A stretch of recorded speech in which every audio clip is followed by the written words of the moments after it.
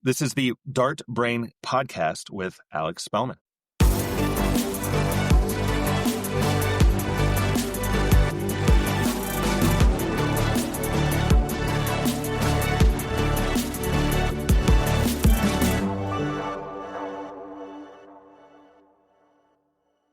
Welcome back to DartBrain, the podcast where we try to make your dart game sharper than your excuses for missing double 16. And today, we're asking a big question. Could a coach be the missing piece between you and the player you want to be? Now, most players think coaching is just for the kids at youth leagues or for the pros on TV. But let's be honest, left to our own devices, we all end up doing the same thing, throwing the same way, making the same mistakes, then uttering the same self-talk gems like, well, that should have gone in. It's like trying to fix your car by turning up the radio so you don't hear the engine knocking. Enter Alex Spellman, a CDC Continental Cup winner, a two-time ESPN Bullshooter champion, World Championship qualifier, and the man who holds the joint record for the most wins in a week at Modus with a 14-1 record. Not only is Alex one of the top players in the United States, he's also built a reputation as a world-class darts coach, helping players break bad habits, build routines, and unlock the mental skills that keep the good darts coming under pressure. Alex, thanks so much for joining me for DartBrain today. Yep, thanks for having me. Really excited to, pick my brain. Awesome. I know our listeners are excited to hear from your perspective, so let's start by getting to know you a little bit better. How did you first get into darts, and was there a moment when you knew that this was the sport for you? It's funny. I didn't really get into the game until I got to college. I was at a bar. I don't drink, never have, but I was at a bar because that's where my dad and my uncle were.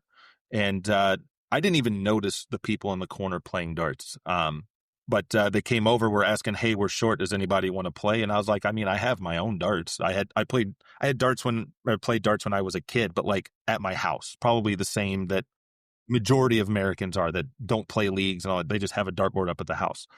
And I played that night. I don't recall whether I got first or second, but I made the finals.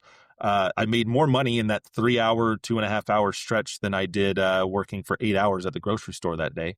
And as a college kid, that was very enticing. It wasn't the darts itself. It was just, I have another potential outlet for some money here. And so I kind of just stuck with it, and it got fun, and I got, tired of losing, to a bunch of the better guys by a dart or two. And now instead of showing up at the blind draw an hour before, I was there 3 hours before, just throwing and throwing and throwing. And then, I was like, let me go try a tournament out. I just assumed everybody was sharks. So they hit whatever they want. I never really watched professional darts. I didn't know. But when I got there and I realized that, the majority of players were, my level or lesser, that's when I realized like, maybe I could do this, and from that moment forward, that's when I started going to the tournaments and things. And it wasn't until a couple years in, I don't really have a good time frame where my mind switched from like, this is just kind of fun competition to like, I think I could actually do something in this game. I don't have a clear answer on that part, unfortunately. Fair enough. What's been the highlight of your career so far, the moment that still gives you goosebumps? The moment that sticks out the most to me was probably that first ESPN win. And I say that because it was not international TV, but it was national TV. It felt like I was playing for more than just myself. I had a lot of people, family that don't even watch darts, that don't even really watch me play darts. But now they could just turn on their TV and they could watch me. And, I wasn't nervous. I wasn't stressed out. I thought I would be, but I guess the guaranteed money of making that Final Four made it easy. But then I started thinking about but what if I suck? Like, I don't want to embarrass myself in front of, I don't want to embarrass myself, but really I don't want to make the game of darts look bad when you got other people watching. Yes, I know it was during the Ocho, but it doesn't matter. It's still exposure of some sort. But being able to win that and the second time didn't feel as special as the first time. That first time being able to overcome my own stresses and things. People make fun of me because on the winning dart, you see my hand extended and my fingers are shaking like a little chihuahua. I didn't feel, but winning and then all the outpouring of support and all the people that were watching, like I didn't even know it was possible. I turned on my phone and I got so many notifications all at once. It actually crashed my phone and I had to Yeah. reboot. I didn't even know, as an IT person, I didn't even think that that could actually happen, but it did. But that's the moment. I've probably had bigger wins, things that probably meant more to me personally, but that meant a lot to me, and it's the one that sticks out just because it felt like more of a community thing. It was a big thing for all of us. Sure. Yeah, that's great. It's really cool that ESPN hosts those. So, having that sort of coverage in the United States is great for the game. Yeah. What's one thing about your darts journey that most people don't know? For me, it's winning and losing doesn't matter. It's odd to say that coming from somebody that plays at a high level, and I need to win to pay my bills, but it just doesn't matter to me. Like the example I give is if we're playing Uno and I'm down to one card every time and I keep losing and you're getting like, oh my God, stop reversing or stop skip, whatever. That's fun, even if I'm losing. But if I'm sitting there and I'm either winning every single game to me, that's not, I mean, I guess it's fun to win, but if I see no one else is having a good time, I'm not having a good time. I don't like part of why I don't care about winning is because I don't care for the fact that I just made somebody upset. I don't like that. Who was your biggest influence or mentor when you were coming up in the game? Man, I really wish that I had an answer to this because I when I first started playing, maybe some of that mild autism comes in. Maybe for me, that entire initial start of me playing was fine, but maybe I would say things or do things that I didn't realize were not good etiquette or good whatever.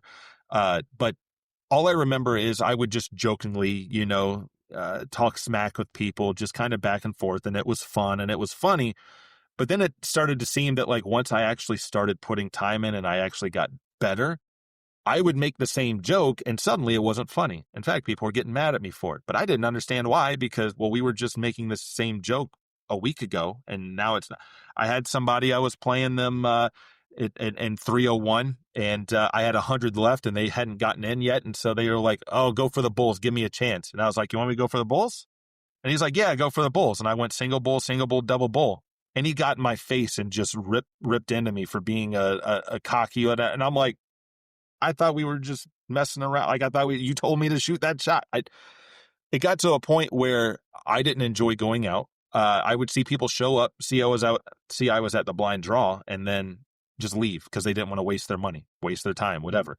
And that didn't make it fun for me because if I was doing anything that was rubbing people wrong, I genuinely don't know what it was or whatever. I don't know. Or maybe they didn't, like they said, they didn't want to waste their time and money, but they could have got me as a partner too. Like, I don't know.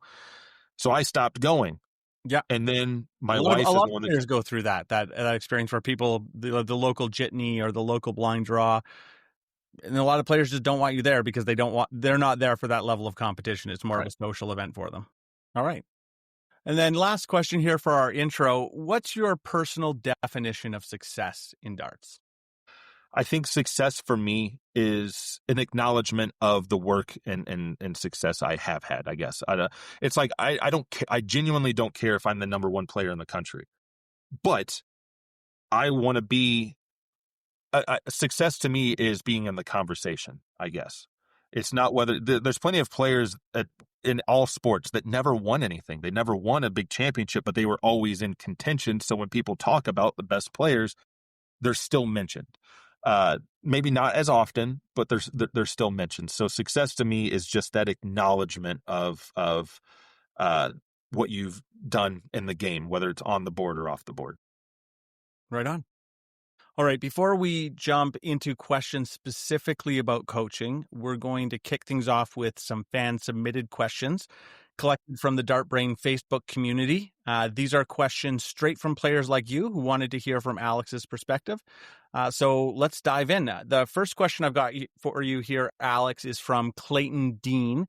And Clayton asks, how do you control the monkeys from taking over the bus? And so to put context around that, I talk about the idea of the chimp brain and the professor brain, the logical side and the emotional side.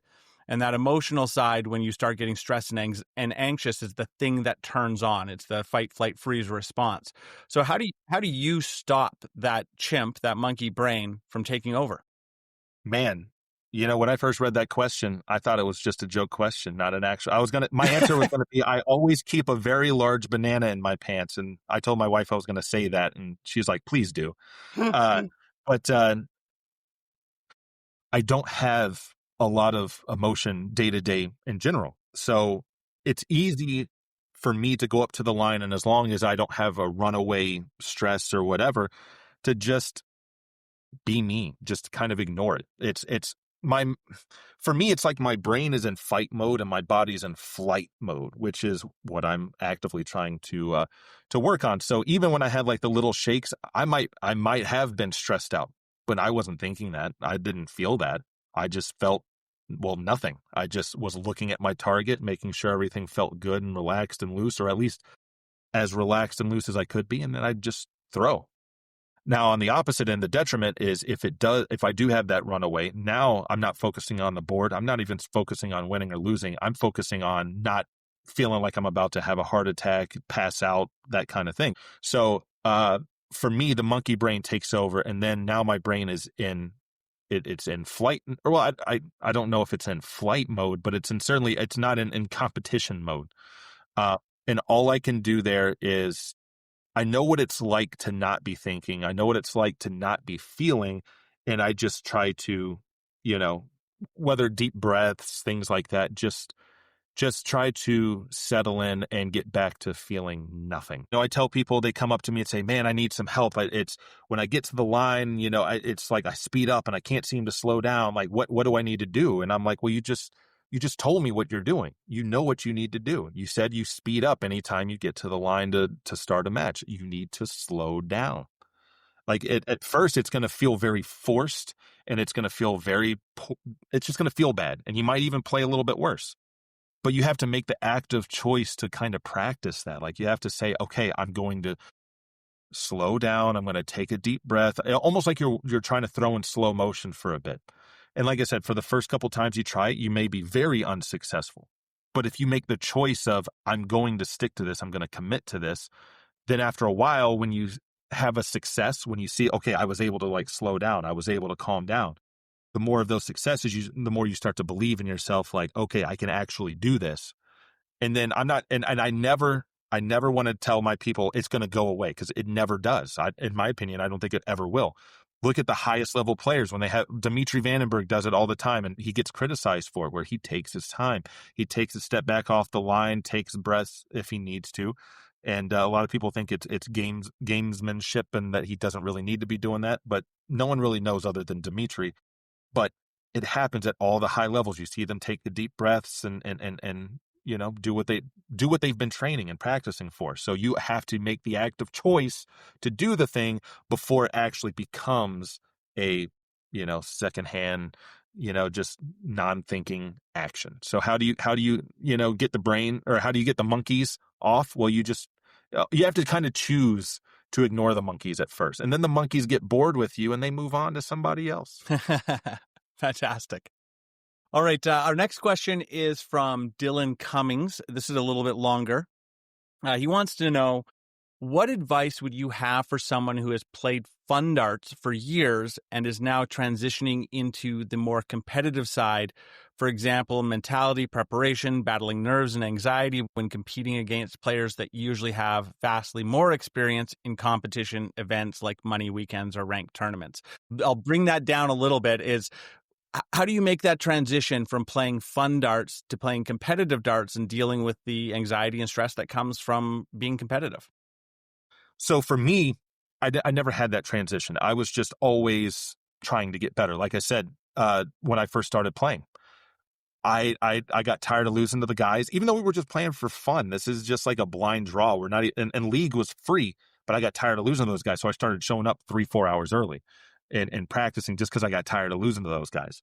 So I've always had that. But if I always try to, in my coaching, relate things to things people have already done. Like, so for people that are trying to transition from fun darts to competitive darts, it's the difference between playing like for fun sport, like you're just out at the basketball court, or you're in your driveway shooting a basketball, but then you go try out for a team, and maybe you make the team, and now you've got to, you're trying to be a starter or whatever. Or maybe you're at a job and you're up for a big promotion, you got a big speech or something like that you got to give. Everybody's gone from doing stuff in school, maybe like I said, giving a speech, giving a presentation at school, which could still be nerve-wracking, to now you're doing it for a big company, and you're trying to make money, or you're trying to get yourself a job, you're trying to get investments in your company, whatever it may be.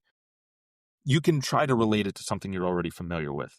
If you're trying to win, win trips, win money, whatever it is, or just maybe you just have a lot of personal pride and you just want to accomplish something. I want to be mentioned with the names of the better players. You're going to have to put the time in, and it's got to be serious time. We all know players that have been playing for 30 years and they throw a lot and they still suck because all they ever did was just walk to the line and hope for the best. Managing the stress and nerves, try to relate it to something that you've gone through before, and then you realize, okay, it wasn't that bad. Or even if it was bad, you still got through it, and you learn something about yourself. Okay, what could I do next time to be better prepared? You get better experience from what that felt like, and you can work on that. Well, there's also a certain amount of, if you want to transition from being a fun player to a competitive player, you actually have to compete. Like there's a certain amount of exposure therapy. You don't learn to overcome nerves unless you've been nervous first. Like you have to know what that feels like and know what works for you to get through it, because we're all different. So there's a certain amount of exposure therapy where you've got to play. You've got to find ways to be in the competitive environment. And I know a lot of players that they talk about wanting to get better, and this might be financial or it might be life circumstances, but it's really tough to get better playing tournaments if you're not playing tournaments. Right. So to dive into a little, I know we'll get into it a little bit more later, but just because it's relevant here, I have what I call the 4 C's, because, well, they all start with the letter C. The first 3 are closely tied together and lead to the 4th one. The first one, well, in no particular order, but it's consistency, comfort, and control. Whatever you're doing, doesn't matter, whatever part, whether it's your grip, your wrist, your shoulder, whatever, you need to have control over whatever you're doing. It needs to be comfortable and it needs to be consistent. And I always make sure they know I don't mean consistent as far as what you're hitting on the board, consistent in what you're physically doing. Yeah, consistent in the process, not the outcome. Right. If you have those 3 things, it leads to the 4th C, which is confidence. If it feels controlled, it feels comfortable, and you're consistent with it, you're probably going to be pretty confident in whatever you're doing. If you're lacking in any one of those 3, you're probably not going to be overly confident in whatever you're doing. Sure. But I always tell them confidence has 2 parts. There's the first part that's like, ooh, I'm trying this new thing at home. It's going really well. I'm playing really well. That's the first half. The first half is, ooh, this will work for me. This will eventually work for me. But until you actually take it to a tournament where you're playing, where something's on the line, you're under pressure, under stress, until you see the results of that thing you're working on there, you don't have the full range of confidence, which says, okay, this does work for me. So you kind of, and the only way to do that is to go to tournaments. The only way to build that experience, it's you have to put yourself in a position to fail in order to succeed. It's that simple. All right. A good buddy of mine from out east, Chino, he asks, how do you balance the mental demands of coaching others with maintaining your own competitive edge? And has coaching changed the way that you approach your own game? I will say that my game has probably taken a bit of a dip because I don't have as much time to work on myself. I'm kind of in maintenance mode right now because I'm at a tournament every weekend. I'm still playing. But a tournament is not where you work on your game, So the coaching thing has, I enjoy coaching. I enjoy helping others far more than I enjoy the actual playing.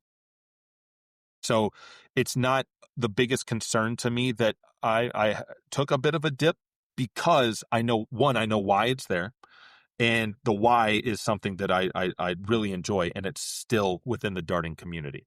So like when I talk to things about my sponsors, I'm sure some people are like, should you be saying that out loud when you got sponsors? And it's like, well, I feel like as long as I'm contributing, to the community, and I'm still winning and I'm still doing all that stuff, I don't think they care. They just want me to help grow the game, whether it's through my play or whether it's through the coaching and things like that. So that eases the stress on me to feel like I need to put in. And don't get me wrong, that doesn't mean I'm not practicing at all. It just means I'm not getting the hours and hours that I. You heard it here first. Alex is no longer practicing. Right? No, I'm not. I'm not a Luke Littler. Okay, a couple more questions here. First off, this is from Dave Wilson. He poses this question. It's well known that Alex tinkers with his throw more than most. How long after making a change does he give it to determine if he made the right change or not? It varies. There's some things that just feel bad. And I know that sometimes I'll make a change and just, there's a difference between something feeling like weird in a bad way and just weird because you're not used to it. Like if I switch to my left hand, it doesn't feel bad. It just feels weird. But it's something where I know that if I give it enough time, I could figure it out. Or there's something else. If you're sitting in a really crappy chair, if you're sleeping in a really crappy bed and you keep waking up with back pain, I don't think it's so much you'll eventually get used to it. It's uncomfortable. That's not for me. So there's some things that I'll try. And after, if it feels weird in a bad way, I'll probably get rid of it pretty quickly. If it feels weird, I'll give it a reasonable amount of time, maybe a week or so, before I kind of move on. But even something as simple like when I change my flights, I don't try to say, okay, I'm going to spend a week on this. You just kind of, I guess when the longer you've been doing this, you can kind of pick up on stuff quicker or not. But when I make a change on a flight, I just make a commitment. When I tried the fusions for the first time, I didn't even take my normal flights with me to England to play on Modus. I just said, I'm going to play with these. And if I suck, then I suck. And if I don't, then I know that I've got something that I want to work with. So it's less of a time and more just a mental commitment. I'm going to do this thing. Yeah, I'm going to layer in on this. I tinker as well. My process is I have my throw. I know what I'm doing. I change one, maybe two, but typically just one thing at a time. Work with that one thing, try to get it right. But something I've been going through is I cock my wrist when I throw. I bring it all the way back. But when I extend, I had this thing where I'd come out and my hand would be like this. It was sort of not cracking my wrist. And now I've really been working on the follow through where my wrist cracks. And I know that if I let that wrist crack, I keep my arm up and I always follow through. And so that's what I've been working on. But it feels awkward. It feels terrible, especially at first. It felt terrible. I had to turn off the lights at one point and just start smashing the board and like forcing my arm forward. I was throwing as hard as I could, just to get that wrist to crack. And then after doing that for a couple of nights, I got up one morning, I walked up just through a normal dart and boom, my wrist cracked. It's like sometimes you got to go through that discomfort in order to find the things that work for you. Yeah, exactly. Okay, awesome. All right, last question from the audience. This one is from Todd Strickland out of BC.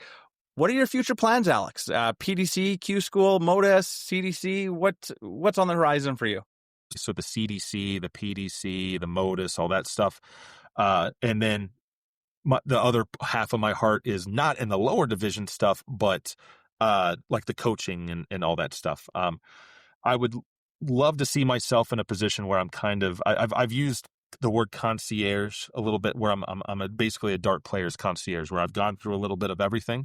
So I have some guidance and some help. Oh, you need help book and cheat stuff. You need to travel on a budget. If you want to do this stuff, I can help you.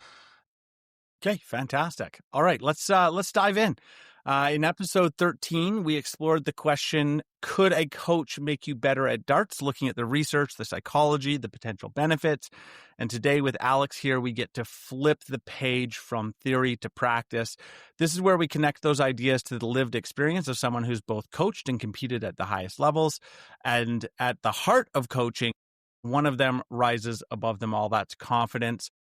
So Alex, let's dive into questions about coaching and how it builds, protects, and restores confidence at the Oki.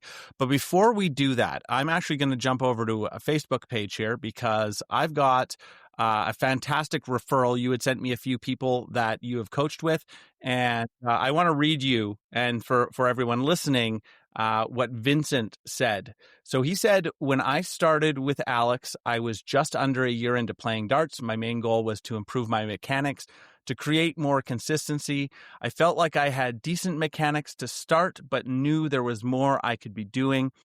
Alex's approach focuses on feel to each individual. The biggest thing he taught me was how to tinker with mechanics, focusing on a couple of aspects of the throw and seeing the product of those changes.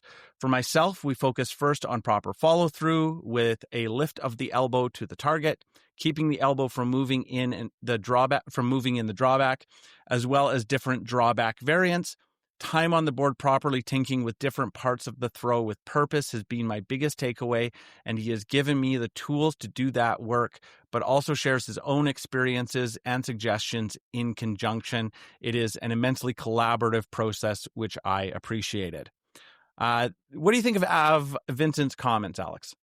Vincent and I have been working a lot together. He's been making some incredible stuff. So, everything he said there is, I always make sure that he understands that, like, yeah, I might have given him the tools and the nudge, but he's the one that put in the work. He is the one that went through, the ups and downs of getting to where he is now. And so I try to make sure every player knows that, is that I'm not going to tell you what to do. I'm going to give you the means to do it, but you still got to go put the work in. So that means that not everybody's going to be successful, which is really stressful for me, because I want everybody I work with to be a world champion, but I know that that's just not going to happen.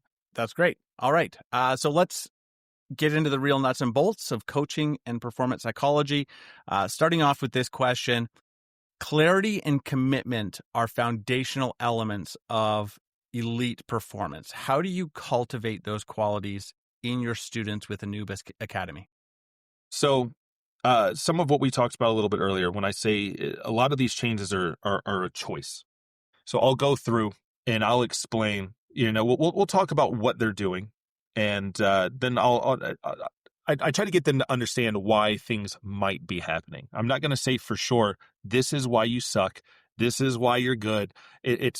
We just need to figure out what's happening and try to almost make it like darts is almost like rocket science, in the sense that it's angles and propulsion and speed and trajectories and all this kind of stuff. So I try to make it down into real, like provable terms. So, and then I also try to show them visuals. So if I say, look, this is what we need to look at doing, I'm going to show them videos of a variety of players that may be quick, maybe they're slower, maybe they grip their dart in the front, maybe they grip it in the back, but they have this one consistent theme in their throw, so that it kind of helps. I need them to believe in the process for it to actually work. I've had some people that I've turned away from coaching because they gave the vibe of like, hey, I just want you to tell me what to do. And I can't do that. Yeah. I can figure out what your issue is, but there might be 4 or 5 different ways to correct that issue. And it just depends. So I want them to have clarity on, what's going on with the individual parts of their throw by talking about the whys and the hows. It's, but also acknowledging that, like, because it sounds like a cop out to some people, will be like, oh, well, there's no one way. Well, that's because that's literally the answer. I can still give you very specific things, but do you want to sit down and hear me tell you 10 different ways you can correct missing to the left? And do you want to take the time to sit down and try all of them to figure out what change affects you and what changes don't?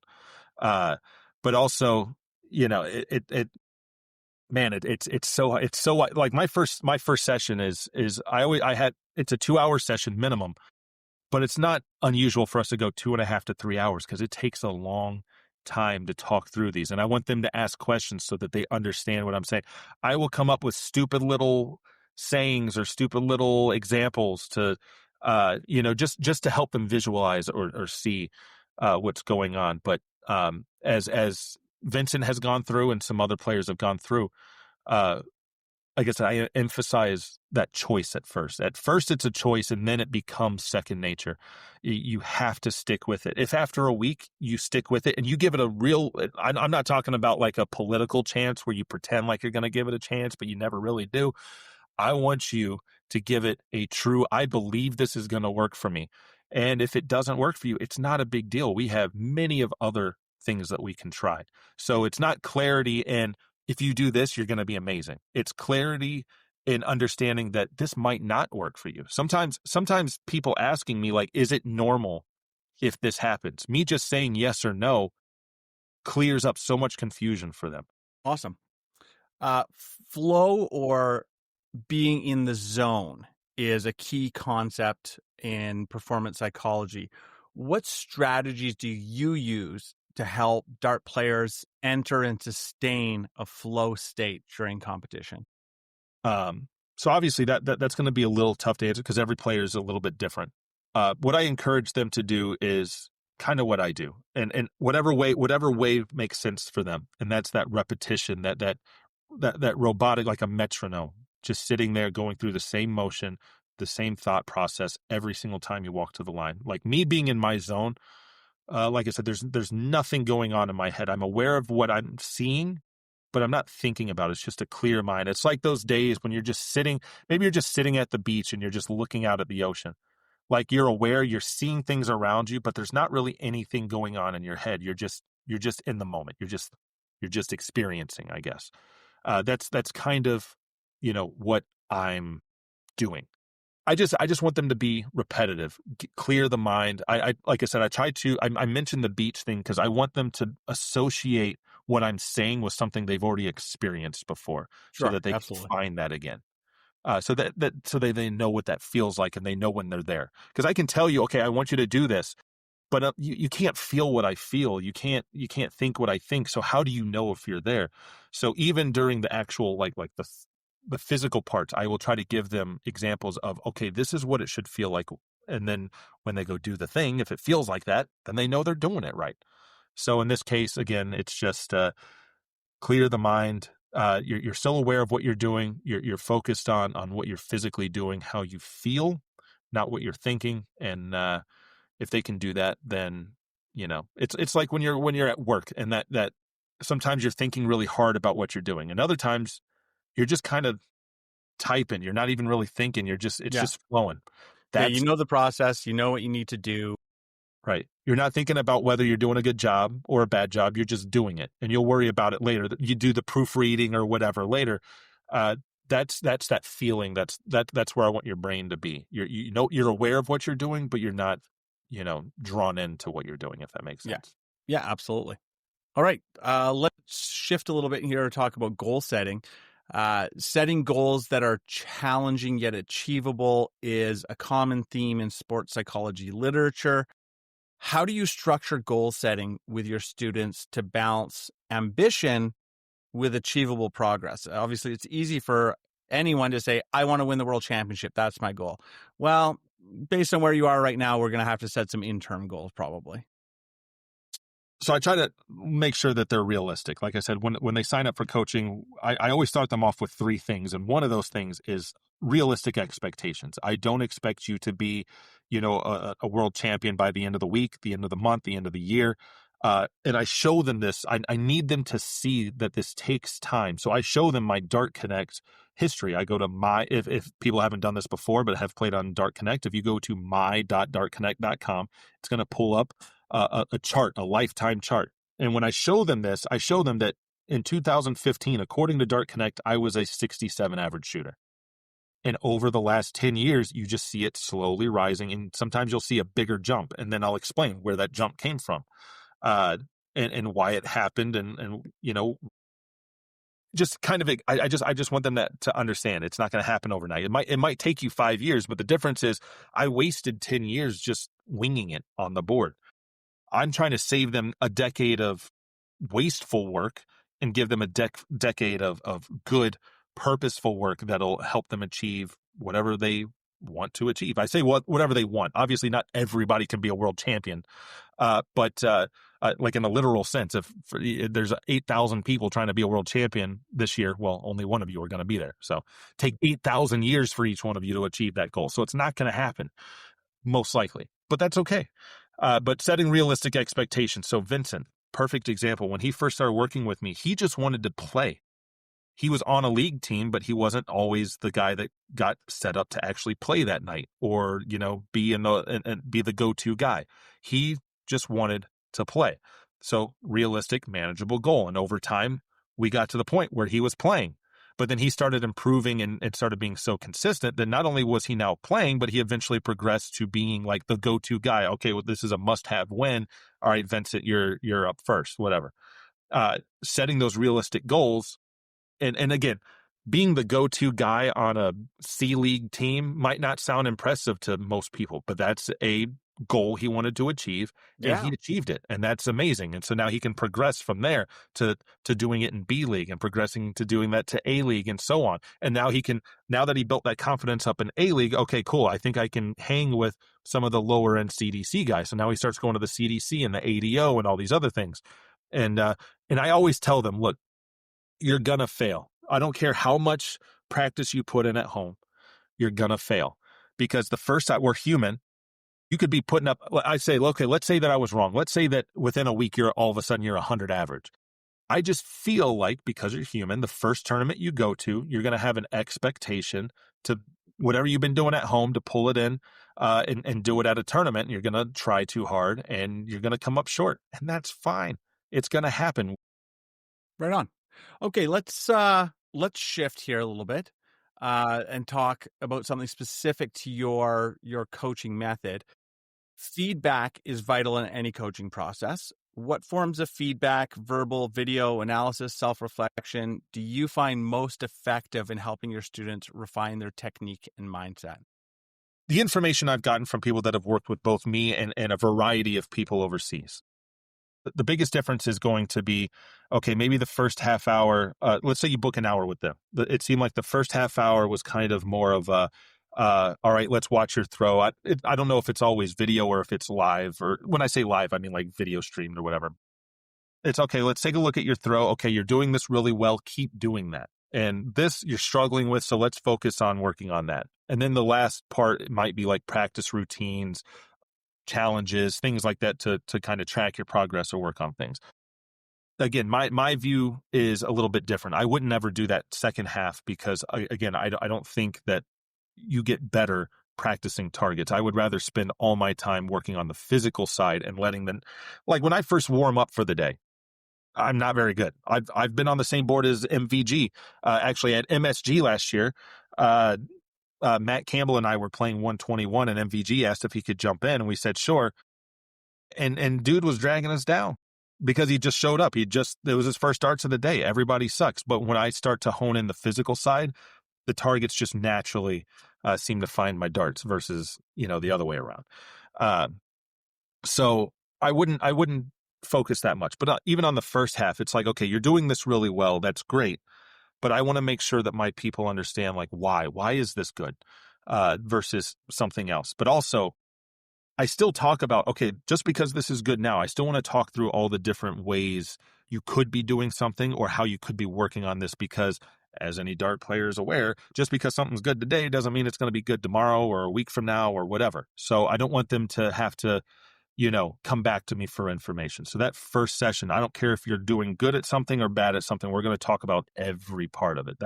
It's almost like 98% of that first 2 to 3 hour talk with me is about the same. That 2% comes from, if you have a specific issue, I'll spend more time on a certain thing, or if you have questions or whatever, we'll make it to where you understand it.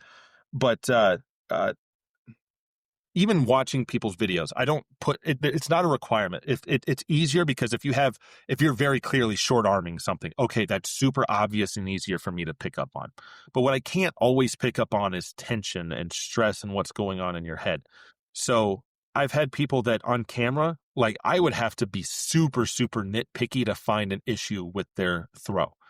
But in general, I can do more with talking to them about how something feels and what their mindset is. So verbal communication and hearing how they describe things, or hearing, what their concerns are, what their thoughts are, I can get a lot more information. Awesome. All right. Sports psychology research emphasizes the athlete's perception of control as critical to managing anxiety. How do you empower players to feel more in control during high-stakes throws or matches? The biggest thing that I do is bringing up past success. One of my players very recently was reaching out saying that, they feel like they forgot how to win.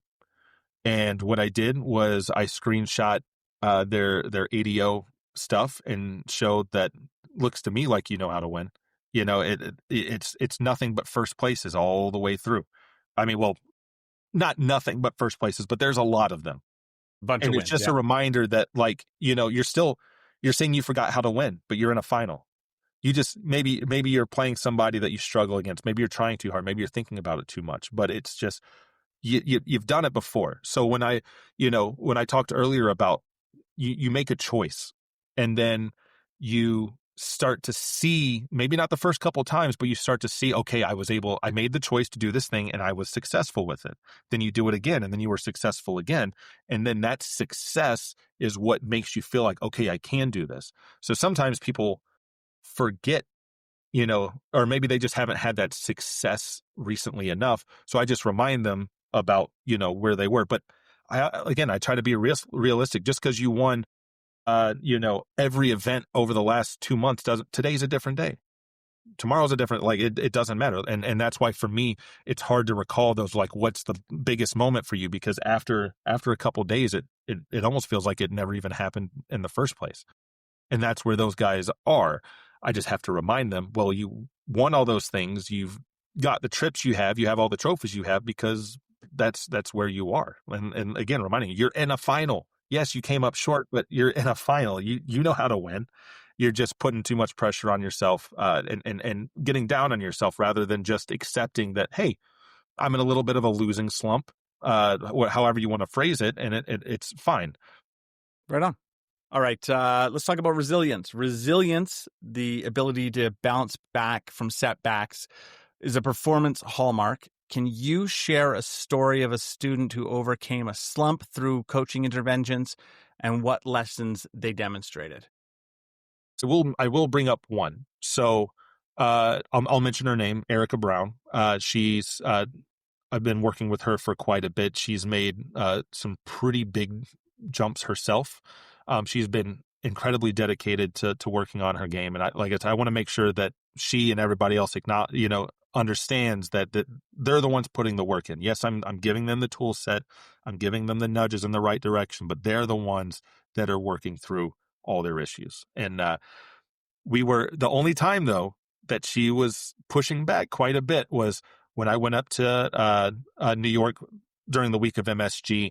I did the meet and greet with Winmore, but then I also had a group coaching session with her and her team. Unfortunately, only her and two others were able to make it. But where she was lining up was so far to the left of the board where if she looked straight, she was at least a whole other board off to the left. And she was convinced I'm dead straight on the board. And so I said, okay, here's what I want you to do. I want you to line up where you do, and then I just want you to walk in a straight line. And instead of walking in a straight line, she was walking towards the board. And I'm like, no. And so when I had her move over, she didn't like it. She was convinced that we were wrong, 100% convinced that we were wrong. But over time, she messaged me back and said that, I trusted the process. And that's what she always says. I'm going to trust the process. And she found that she is a more consistent player, not necessarily better in the sense that, she's hitting all these massive averages all of a sudden. Yeah. But she's having less stray darts because she's not throwing so far across to get to the board. That's probably the easiest. When I say resilience, I mean, resilience, you could say like, no, I'm sticking to my guns. I'm going to stay here. But resilience could also, I feel like, be like your personal choices. Like I'm making this choice. I think it's wrong and it doesn't feel comfortable, but I'm going to keep with it. I'm going to trust that what the guidance I've gotten is accurate. I'm going to trust that, I'm going to be able to do what I want to do as far as that trust and not, like I said, there's a difference between doing something and not believing in it and just kind of going through it just to be like, yeah, this isn't working for me, whatever. Versus, you know what? It doesn't matter that this isn't working for me right now. I'm going to stick with it. I'm going to keep doing it. And we're going to see what happens. And in her case, it worked. Okay, awesome. All right, last question for the interview. Looking ahead, how do you see coaching evolving in darts in the U.S.? And are there any next level psychological tools or technologies that you're excited to integrate into Anubis Academy's philosophy? Well, I kind of just mentioned one there a little bit. It Yeah. would be great to, I was thinking that as you were answering it. He's already yeah. answered this question. How convenient. So, I do little things like that. There, I don't know how to answer that question specifically because of what we just talked about, and that's like the distance between places. There's also the difference in philosophies in the coaching itself. Like I said, I feel like my coaching is a little bit different than what you would get overseas. But overseas, you also have like these academies set up. Also, because it's very easily, you can have these academies set up because it's so easy for everyone in the country to get to. If I'm in the south side of the country and I want to get to London, okay, it's an hour and a half train ride. It's nice and easy. If I want to get from just, I'm in the middle of the country in North Carolina. If I want to drive to Chicago, it's 12 hours. If I want to drive to the very southern tip of Florida, it's about 10, 11 hours, something like that. And that's just to get from north to south. We don't even want to talk about going west, where it's a 3-day drive, So it's going to be really hard to build academies just because the interest is not there yet for youth players. As far as being able, like I could start like a little youth thing here, but it would be so time consuming currently to promote and draw people in and build a program and all this stuff that I don't know how much time I would have to do all the other things I need to do to make a living. So it's going to take someone that has that, either the financing to just set something up and pay people basically full-time wages to do that. I mean, obviously you're bringing in money from people paying for these things, but before I decided to do darts full-time, so when I left Epic in April of 2023, I knew I was going to take the rest of the year off because I'm sure it's the same in Canada and a lot of other countries. Once you start a new job, there's usually like a probationary period where you can't take time off. So I'm trying to play for world championship spots, all this kind of stuff. So I don't want to not be able to take the time off. So I already knew I was going to take the rest of the year off.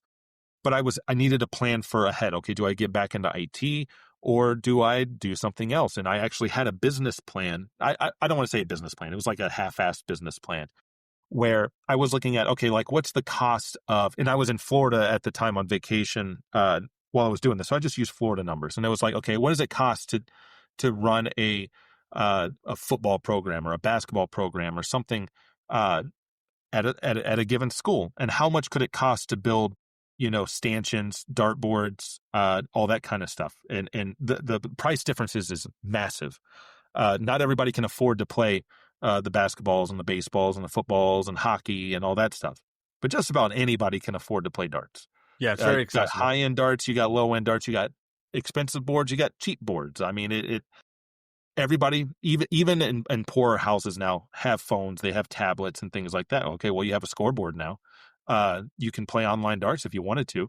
So I'm looking at, somebody, and I was thinking it was going to be me for a bit, and it maybe still is. I could go sell the game of darts to these places. I could go to a youth center. I could go to a rec center. I could go to a hospital and advertise darts as a low impact, easy thing for people in rehab to kind of just get up and moving around, but it's not too physically exerting.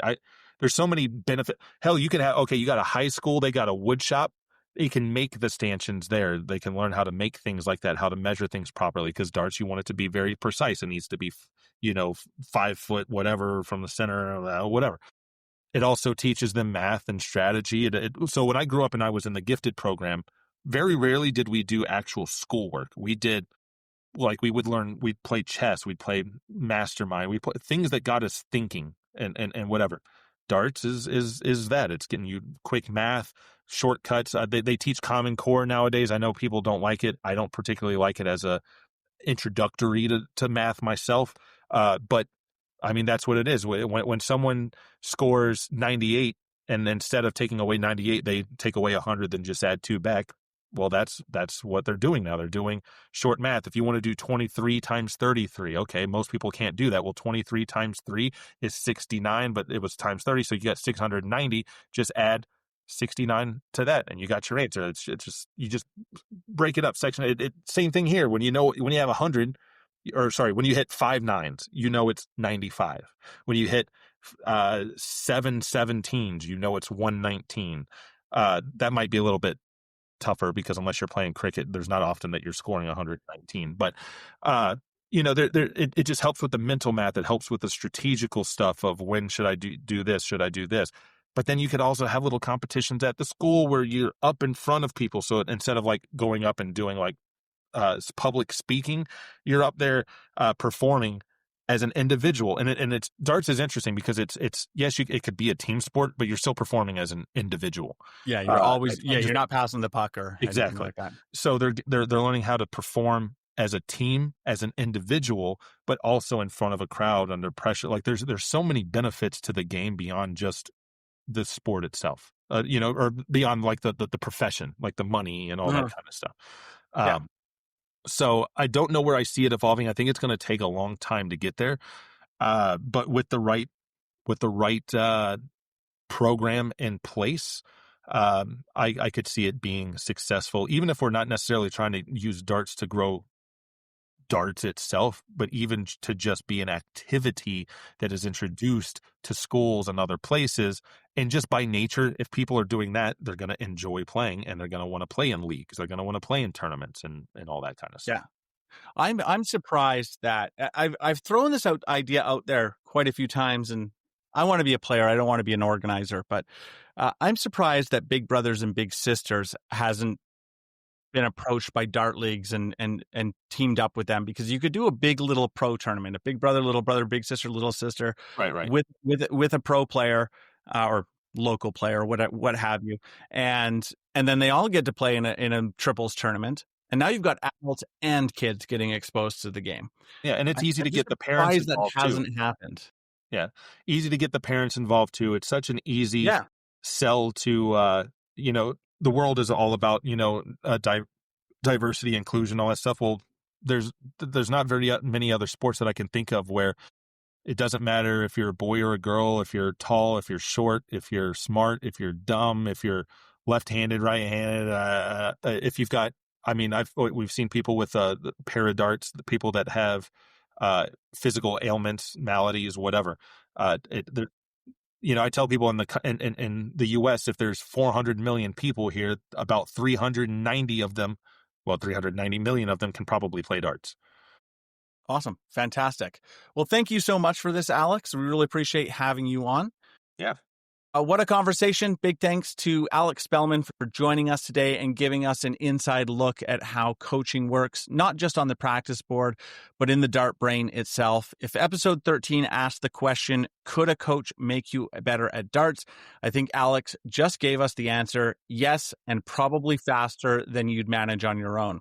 From clarity and commitment to goal setting, flow states, and resilience, today's episode shows that coaching isn't about shortcuts. It's about structure, feedback, and accountability. It's about having someone who can see the gremlins you don't notice and help you strengthen the guardians that carry you forward. So until then, take a breath, trust your throw, and for the love of tungsten, don't let the monkey drive the bus. This has been DartBrain. I'm Clint Clarkson. Until next time, stay focused, throw with purpose, and train your DartBrain.